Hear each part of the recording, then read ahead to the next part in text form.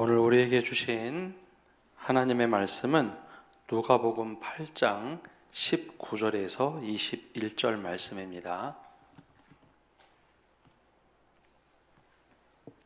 말씀이 짧습니다. 우리 한 목소리로 함께 읽겠습니다. 19절에서 21절입니다.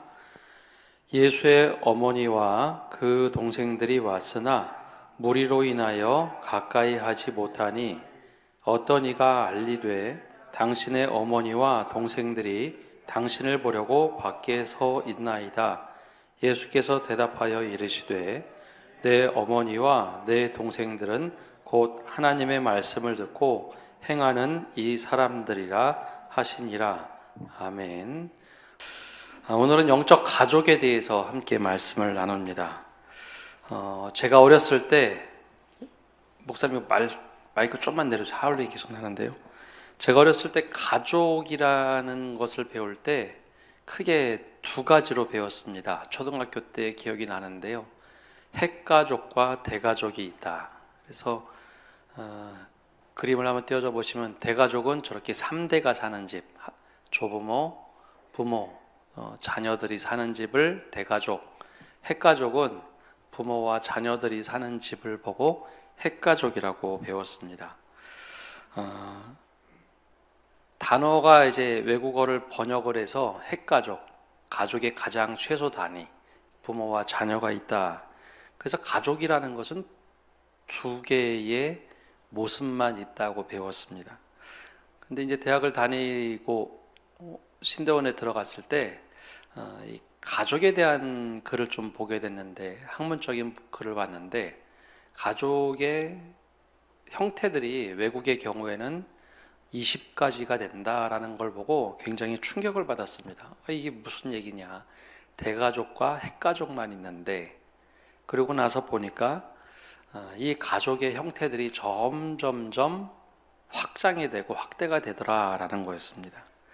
그리고 이제 20년 정도가 흘러서 지금에 보면, 지금 우리나라도 가족 그러면 대가족과 핵가족으로 나누는 경우는 없습니다. 공식적으로 이야기하는 것도 굉장히 많은데 보통 이렇게들 이야기하죠. 당연히 대가족과 핵가족은 포함되고 한부모 가족, 조선 가족, 또 비혼 동거 가족, 다문화 가족, 입양 가족, 1인 가구, 또 요즘에는 이런 표현도 씁니다. 친밀한 네트워크형 가족. 그래서 한 건물에 다 따로 살지만 가족처럼 함께 살아가는 사람들도 있습니다. 과거에 비해서 가족의 개념이 되게 확장이 됐죠. 미리 띄워놓으셨는데요. 여러분, 우리나라 높은 비율의 가구원 수를 좀 한번 생각을 해볼 수가 있는데요. 가족의 개념이 이렇게 굉장히 많이 바뀌었는데 가구는 좀 어떨까요? 한번 다시 자막 띄워줘 보시면요. 1인 가구, 2인 가구, 3인 가구, 4인 가구, 이 중에 24년 통계로 보면 어느 가구가 제일 많을까요? 몇 번이요? 1번? 1번 손 들어보세요. 한 분? 몇 분 계시네요. 2번 2인 가구? 그래도 좀 되시네요. 3번 3인 가구? 4번 4인 가구? 4인 가구는 많이 생각들 안 하시죠? 어느 게 제일 많을까요? 1번이 제일 많다고 합니다. 다음 슬라이드 보여주시면요. 지금 우리나라가 23년 통계 보면 1인 가구가 35%라고 합니다. 그리고 2인 가구가 28, 3인 가구가 24, 4인 가구는 13%인데 4인 가구 통계가 참 흥미롭습니다. 2000년대만 하더라도 31%였는데 지금은 4인 가구가 13%밖에 되지 않는다. 엄청나게 출산율이 떨어지고 인구가 줄은 거죠. 2050년이 되면 가구수 평균이 1.8명이라고 합니다. 그 이야기는 1인 가구가 거의 50%에 육박한다라는 거죠. 그 1인 가구로 사시는 분들 여기 계시죠? 계실 겁니다. 1인 가구 지금은 그러면 1인 가구 숫자가 그러면 나이대는 어떻게 될까요? 20대 한번 다음 자막 띄워주시면 20대 1인 가구, 30대 40, 50은 빼고요. 60대, 70대 이상. 어디가 제일 많을까요? 예? 1인 가구. 1번일까요? 4번일까요? 헷갈리시죠? 4번일 것 같은데 1인 가구 제일 많은 비율은 20대라고 합니다. 독립해서 사는 사람들이 아마도 이건 기숙사 사는 학생들 혹은 자취하는 학생들까지 포함한 것 같은데요. 다음 슬라이드 보여주시면 이 1인 가구 비율이 20대가 19%, 그 다음에 70대 이상이 18%, 그 다음에 30대, 60대 이렇게 순으로 1인 가구가 구성이 되어 있다고 합니다. 제가 왜 이런 이야기를 좀 드리냐면 우리나라가 굉장히 빨리 변하고 있다는 겁니다.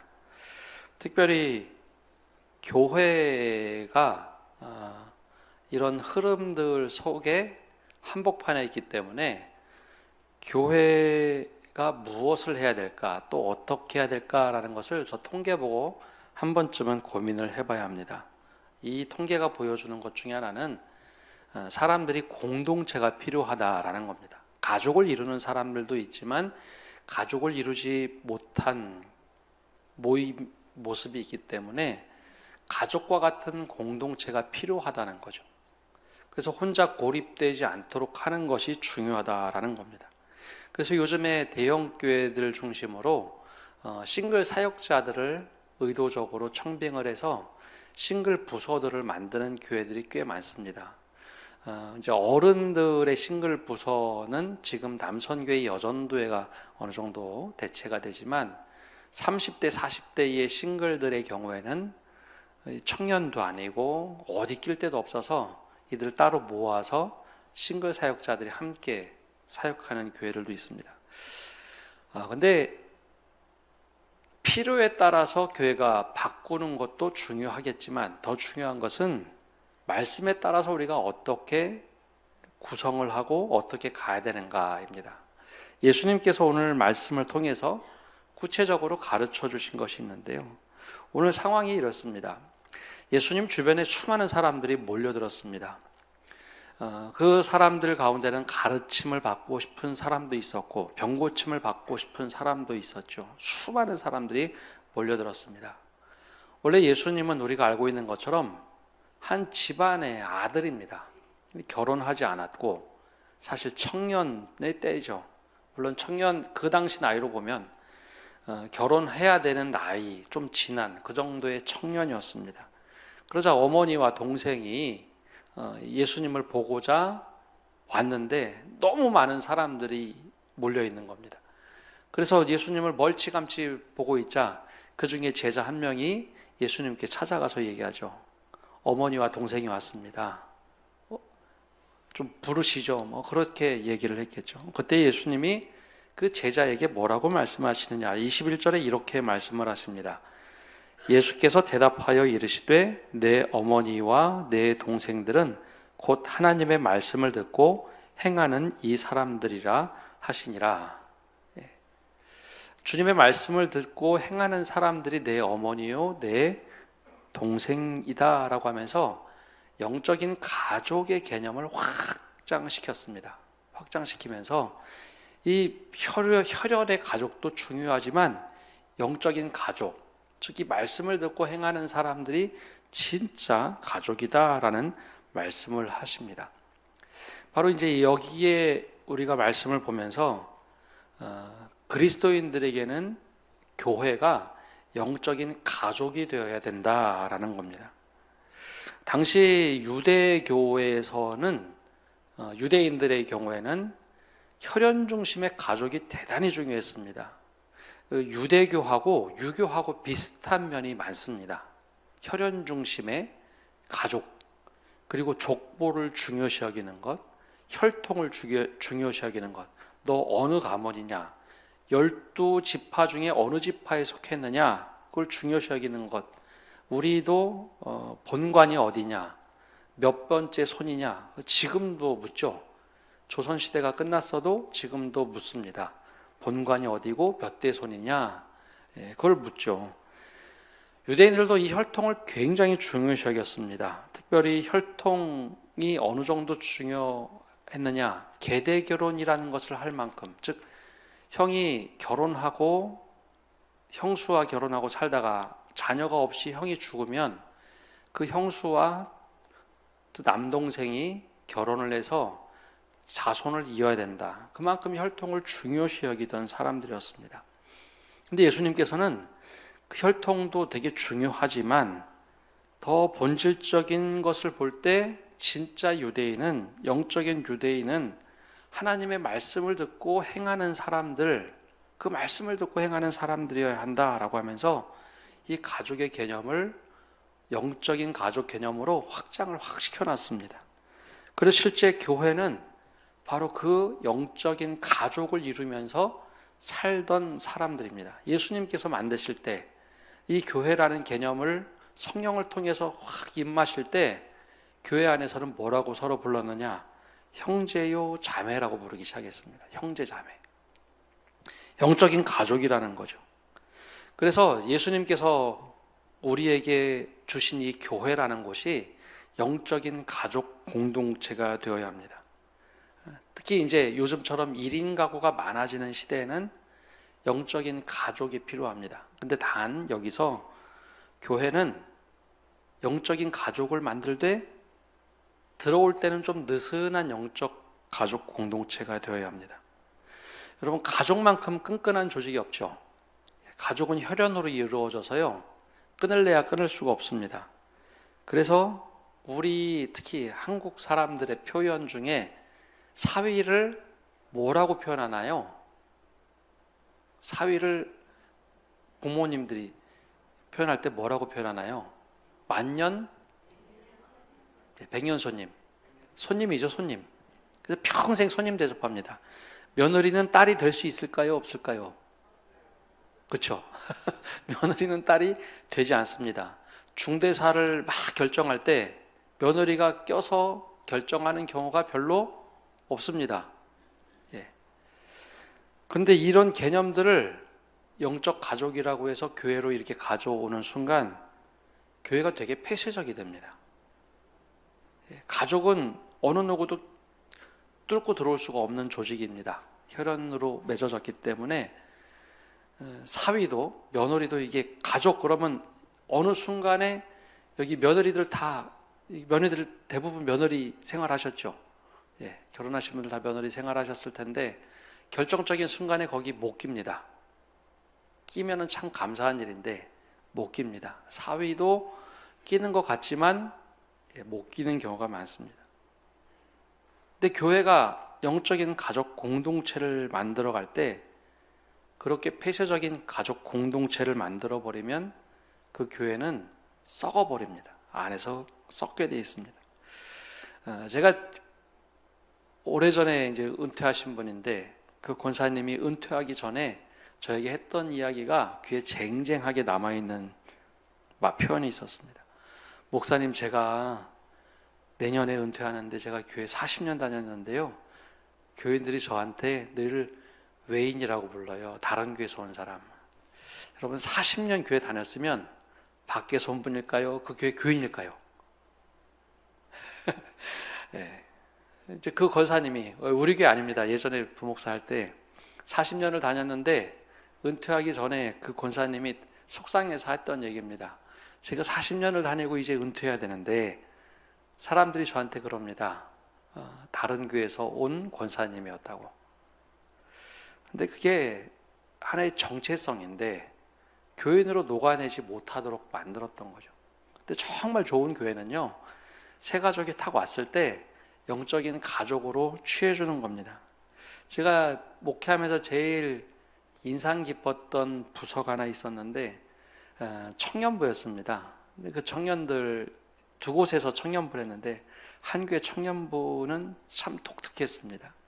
새 가족이 오면 그 또래들이 거의 한 달 동안 매주 모입니다. 자기네 또래가 왔다고 매주 모입니다. 그러면서 매일 뭐 먹으러 다니면서 바로 친구 삼아서 계속해서 누구를 소개시켜 줍니다.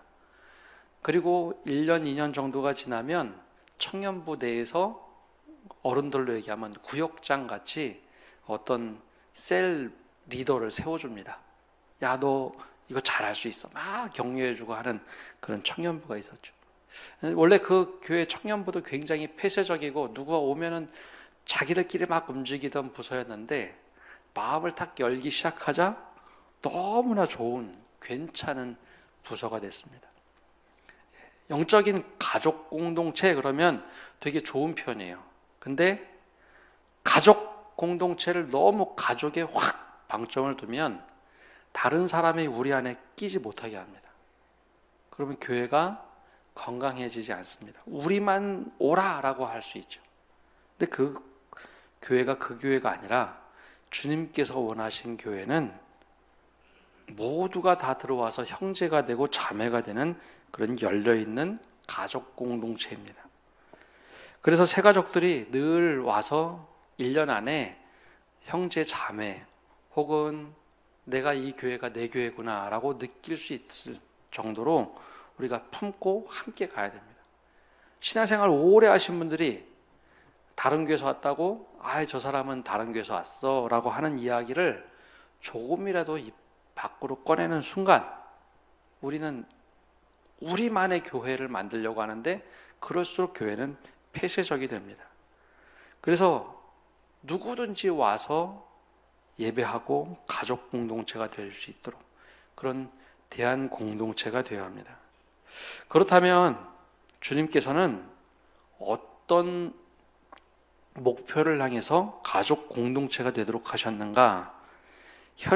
가족이란 것은 원래 혈연 중심으로 되어 있습니다. 근데 예수님께서 원하신 것은 예수님이 가르치실 때는 예수님이 살아계시기 때문에 하나님의 말씀대로 행하는 자들이야지 내 형제요 내 어머니라 라고 했는데 이걸 기독교인들에게 관점으로 보면 예수 그리스도의 보혈로 그걸 믿고 살아가는 사람들이 하나님을 아버지라고 부를 때 형제요 자매가 되는 영적 가족 공동체 거기에 목표가 있어야 됩니다. 당시 사회적으로 종교적 상황에서는 굉장히 중요한 메시지였는데요. 예수님은 가치관을 확 바꿔버렸습니다. 다른 것보다도 혈연 중심의 가족보다도 더 중요한 것이 있는데 하나님 나라 가치를 다른 어떤 가치보다도 우선하는 사람들이라고 주님께서는 알려주셨죠.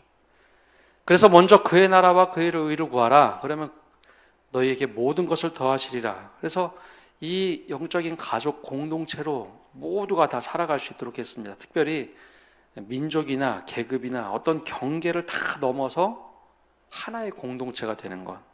그것을 주님께서 원하셨습니다. 그리고 나서 이 공동체가 점점점 성장하기를 원하셨어요. 숫자가 늘어나는 게 아니라 더 성숙한 공동체가 되기를 원하셨습니다. 그래서 성령의 용광로로 다 피부색이 달라도 언어가 달라도 생각이 달라도 하나로 다 녹여낼 수 있는 그런 교회가 되기를 원하셨습니다. 그래서 영적 가족 공동체가 그럼 누가 어떤 역할을 해야 되는가? 그 사도행전의 흐름을 쭉 보면은 교회가 처음에는 예루살렘 교회에서 시작이 됩니다. 근데 이때 주류파와 비주류파가 있었습니다. 주류파는 히브리파 유대인들이고 비주류는 헬라파 유대인들이었습니다. 교회로 모였는데 예수 믿겠다고 모였는데 주류 이 사람들은 정통을 중요시 여기고 원래 예루살렘에 살던 히브리어를 쓰던 히브리파 유대인들입니다. 근데 예수님을 믿게 됐어요. 근데 이 반면에 헬라파 유대인들 외국에서 살다가 절기를 지키러 왔다가 예수님을 믿게 됐습니다. 근데 이 사람들은 소수입니다. 처음에는 갈등이 심했습니다. 그래서 구제 문제 갖고도 싸우기도 하고 갈등도 일어났죠. 그런데 하나님께서 이들을 하나로 막 묶어내는데 어떤 일이 있었느냐? 바로 스데반 집사가 순교를 당하게 되죠. 근데 이 스데반이 히브리파 유대인이었을까요? 헬라파 유대인이었을까요? 주류였을까요? 비주류였을까요? 비주류였습니다. 헬라파 유대인입니다. 그래서 여러분 사도행전 스데반이 나오는 장하고 베드로가 2장에서 나오는 장의 설교 내용을 보면 거의 똑같습니다. 베드로가 한 설교하고 스데반이 한 설교하고 거의 똑같습니다. 조금 더 스데반이 역사를 길게 설명을 했는데, 똑같은 설교를 듣고 히브리파 유대인이었던 베드로가 설교할 때는 3천 명이 회심하고 막 예수 믿겠다고 울고불고 했는데, 스데반이 설교할 때는 저 헬라파 유대인이 우리 보고 예수를 죽였다고 해. 그래서 돌을 들어서 죽이죠. 근데 그 사건 이후로 이 둘이 화해를 합니다. 히브리파 유대인들과 유대인 그리스도인들과 헬라파 유대인들 그리스도인들이 하나가 됩니다. 이때 어떤 역할을 했냐? 주류가 비주류를 손을 확 벌려서 끌어안습니다. 주류가 비주류를 적은 사람들을 확 끌어안습니다. 근데 이거로 끝난 게 아니라 예루살렘 교회에서 안디옥으로 바나바와 바울을 파송을 했습니다. 그 이유는 그 안디옥에 살고 있던 이방인들 중에 하나님을 경외하는 사람들, 즉 유대교회의 하나님을 믿고 싶어하는 사람들이 회당에 늘 나와서 말씀을 배웠는데, 이방인들이 예수를 믿기 시작을 했습니다. 그래서 그러면 유대인들과 이방인들 이 사이에서 이방인들이 예수를 믿도록 어떻게 될까?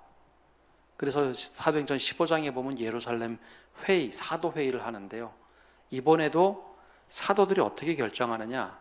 야, 우리가 예수님이 우리에게 멍에를 매도록 하지 않았는데 우리가 스스로 이방인에게 멍에를 매게 해서 유대인으로 살게 해서는 안 된다. 예수 그리스도를 믿기만 하면 되지.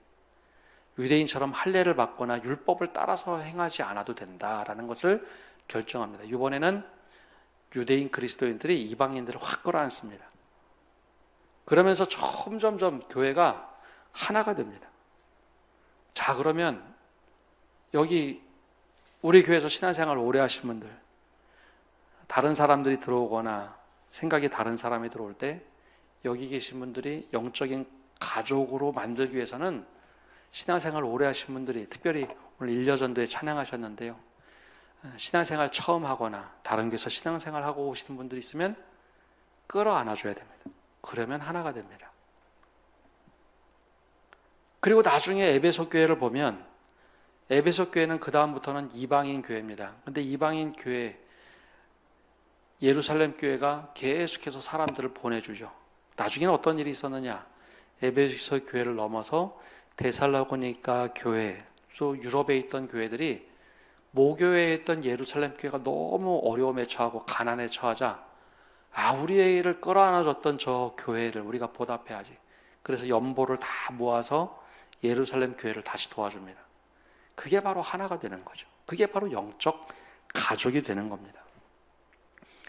먼저 믿었던 사람들이 끌어안아 주니까 다들 끌어안아 주더라라는 거죠. 그게 영적인 가족을 만들어가는 과정입니다.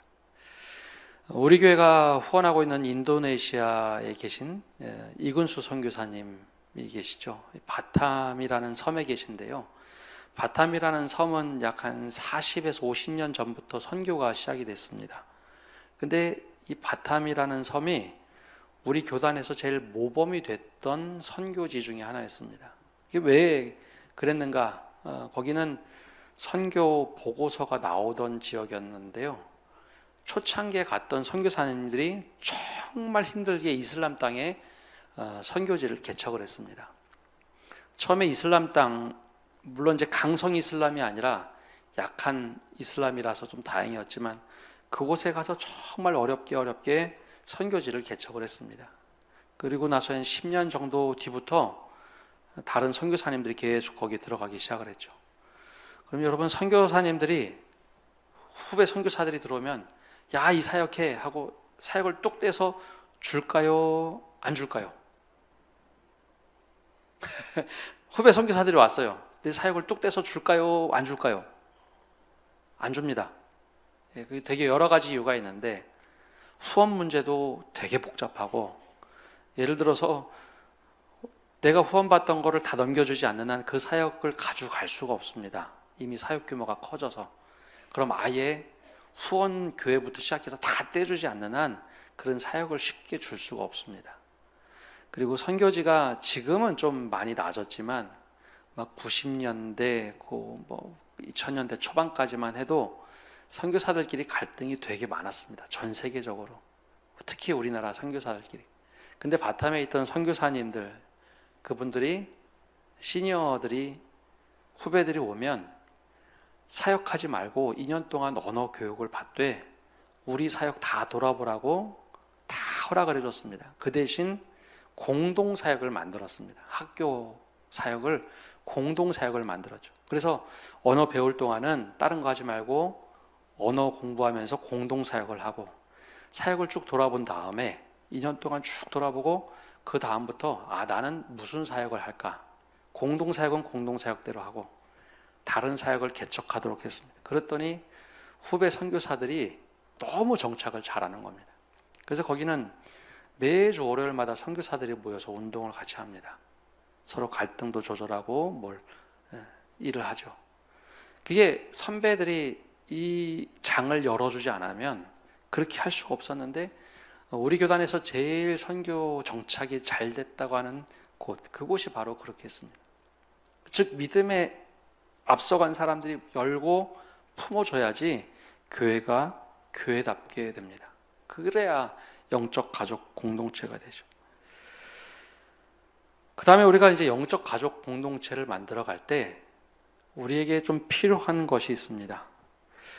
시간이 흐르면 흐를수록 아까 처음에 말씀드린 대로 영적 가족 공동체의 모습도 변할 수밖에 없다는 겁니다. 제가 올해 들어서 이제 목사 연수 받은 지 20년이 됐습니다. 제가 이제 평신도로 살았던 시기보다 이제 목회자로 살았던 시기가 이제 점점점 작년부터 많아지기 시작했습니다. 근데 제가 처음에 목회를 배울 때, 부목사를 할 때, 그때 교회의 구조는 어땠는가 하면 대부분 가족 중심의 교구, 구역이 운영이 됐습니다. 지금 권사님들, 장로님들, 또 집사님들 수십 년 전에 신앙생활 하신 분들은 다 기억하시겠지만 교회는 구역이 다들 가족 중심의 모임이었습니다. 그리고 오래된 교회일수록 제가 있던 교회들도 대부분 다 그랬는데요. 부모님만 다니는 분들은 별로 없었고요. 20년 전만 해도 대부분 가족들이 같이 다니는 교회들이 대부분입니다.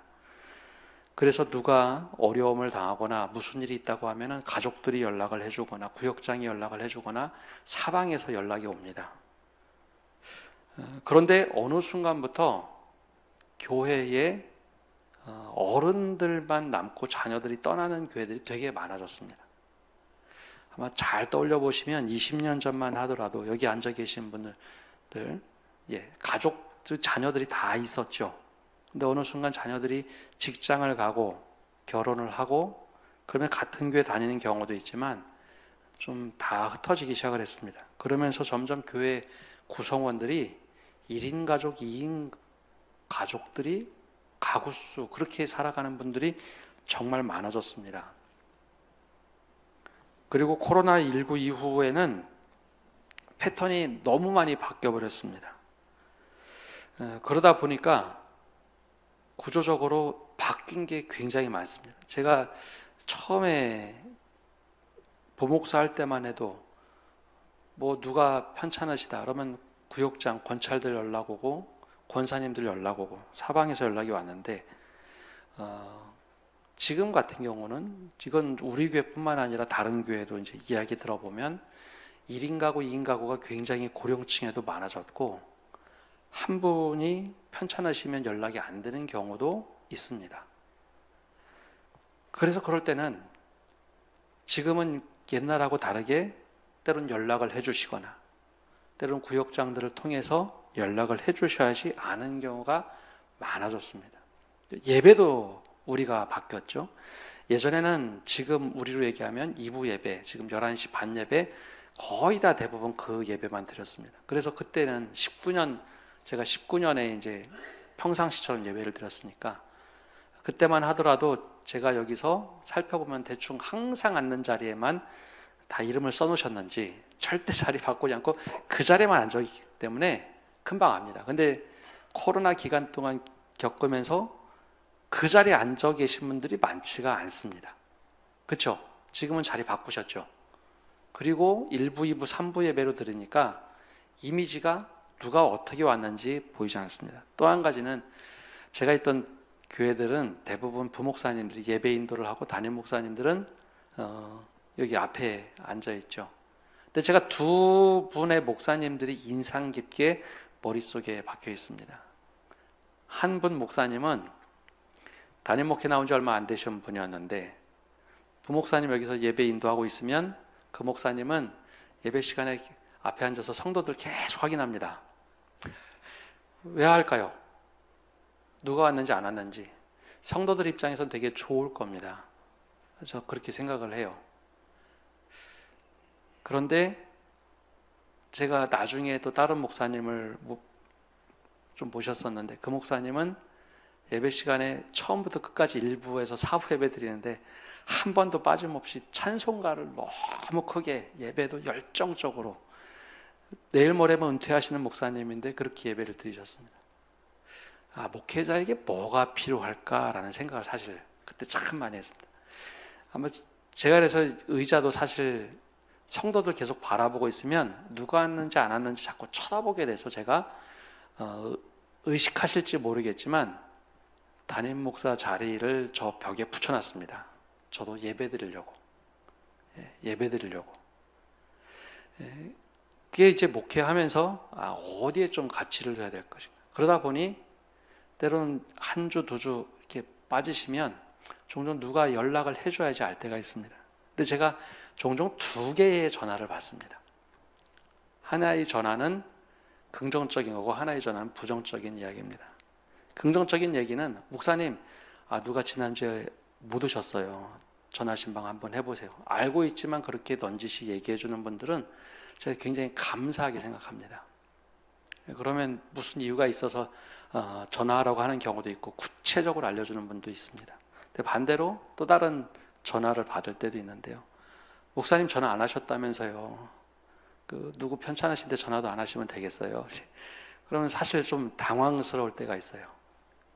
왜냐하면 전화를 안 하는 게 아니라 모르기 때문이죠. 저희가 하나님이라면 참 탁탁탁 갈 텐데 그럴 때가 좀 종종 있습니다.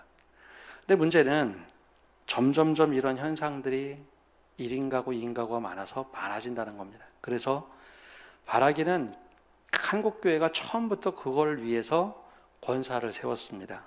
구역장보다는 권사라는 제도를 세워서 성도들을 돌보게 하고 신방을 다니게 하고 그 다음에 조직이 더 커졌을 때는 구역장을 세우고 권차를 세우고 그래서 신방도 하고 전화도 해주고 연락을 하면 바로바로 알 수 있도록 좀 시간이 몇 주 지나서 좀 말씀을 드리면 이번에 이지원 집사님이 별세하셨을 때 가족이 교회에 알리지 않으려고 했습니다. 그래서 다음 날 늦게야 전화가 왔는데 감사한 것은 가족이 연락을 하지 않으려고 했는데 이지원 집사님 댁에 늘 오는 요양보호사가 수소영 권사님 돌보던 분이 꼭 교회에 전화해야 된다고. 구역장이 늘 찾아와서 돌보고 교회에서 그 반찬 봉사하는 게 뭐라고 늘 가져다 주면 늘 요양보호사가 있을 때만 집을 열거나 할 수 있었거든요. 그래서 부목사님이 갖다 드리면 그분이 그걸 보면서 다른 건 몰라도 교회에 꼭 연락을 해야 된다고. 끝까지 연락 안 하려고 했는데 오히려 막 화내면서 연락하라고. 이제 이런 일들이 있겠다 싶습니다. 그래서 우리에게 필요한 것은 이제 1인 가구, 2인 가구를 좀 잘 서로 돌보고 끌어낼 수 있는 영적 가족이 되어야겠다라는 생각을 합니다. 이게 사회가 이제는 더 이상 할 수 없는 한계에 다다랐을 때 교회가 할 수 있는 것 중에 하나는 영적인 가족으로 연결되어 있는 겁니다. 더 나아가서 지금은 이제 자녀들도 1명 정도밖에 낳지 않습니다. 근데 우리 사회의 취약점인데요. 내 새끼는 너무나 중요한데 다른 집 자녀들은 중요하지 않습니다. 과잉보호, 과잉의 시대죠. 근데 이 교회가 바로 영적인 가족 공동체로 돌본다는 게 무엇인지, 함께 살아간다는 것이 무엇인지, 때로는 치고받고 하면서도 같이 믿음을 가지고 살아간다는 것이 무엇인지 알려줄 때 저는 교회가 소망이라고 생각합니다. 이제 학교 선생님 하신 분들도 계시겠지만 지금 학교 교육이 공동체성을 많이 잃어버렸습니다. 공동체를 가르쳐주고 정말 믿음대로 바르게 갈 수 있는 곳을 어디로 얘기할 수 있을까? 우리가 어떻게 살아가야 될까? 그걸 가르쳐 줄 수 있는, 몸으로 체득할 수 있는 곳이 어디일까? 저는 교회라고 생각합니다. 그래서 영적 가족 공동체가 구역뿐만 아니라 부서에서도 다 이루어질 때 세상에 좀 소망이 되는 교회가 되지 않을까라는 생각을 합니다. 그 출발점이 세상이 필요하다고 해서 우리가 만들어내는 게 아니라 주님께서 우리에게 가족 공동체로, 영적인 가족 공동체로 살아가도록 주님의 말씀대로 행하는 자라야 내 아버지, 내 형제고 내 어머니라고 말씀하셨던 것, 그 말씀을 붙잡고 우리가 살아야겠다라는 생각을 합니다. 그래서 오늘 또 감사하게도 일려전도회 찬양하셨는데요, 우리 일려전도회가 또 그런 역할을 해주시기를 바라고, 또 여기 계신 모든 분들이 영적인 가족 공동체로서 누구 한 사람 한 사람 이렇게 품어줄 때, 또 내가 더 팔을 확 벌리고 안아줄 때 우리 교회가 하나님께서 정말 기뻐하시고 원하시는 영적인 가족 공동체가 되리라고 믿습니다. 다 이 은혜가 우리에게, 또 내가 가장 힘들 때 누군가 나를 안아주고, 또 누군가 힘들을 때 내가 안아줄 수 있는 그런 영적 가족 공동체로 살아가시기를 간절히 바랍니다. 기도하겠습니다. 하나님, 우리 교회가 주님께서 원하시는 영적 가족 공동체가 되게 하여 주시옵소서. 그래요, 우리가 열려있는 마음으로 누구나 이 교회 뜰을 밟을 때 형제와 자매가 되도록 품게 하여 주시고, 믿음의 길을 먼저 갔던 우리가 한 사람을 끌어안고 믿음의 가족을 만들고, 어려울 때 힘들 때 도와주고 품어내서 그 사람 또한 어느 순간에 믿음의 거목이 돼서 누군가를 품고 보듬을 수 있는 그런 영적 가족 공동체가 되도록 은혜 내려 주시옵소서. 특별히 홀로 외롭게 있을 때, 어느 누구도 의지할 수 없을 때 우리 한 사람, 또 세움을 받은 직분자들이 그 사람을 품고 나갈 수 있는 넉넉한 교회가 되게 하여 주시옵소서. 그래야 홀로 외롭게 쓸쓸하게 있는 시간 속에 그래도 교회가 있어서, 그래도 그분이 있어서 내가 소망이 있구나, 주님이 이렇게 한 사람을 붙여주셔서 감사합니다 고백할 수 있는 그런 따뜻한 교회가 되게 하여 주옵소서. 이 모든 말씀 예수님의 이름으로 기도합니다. 아멘.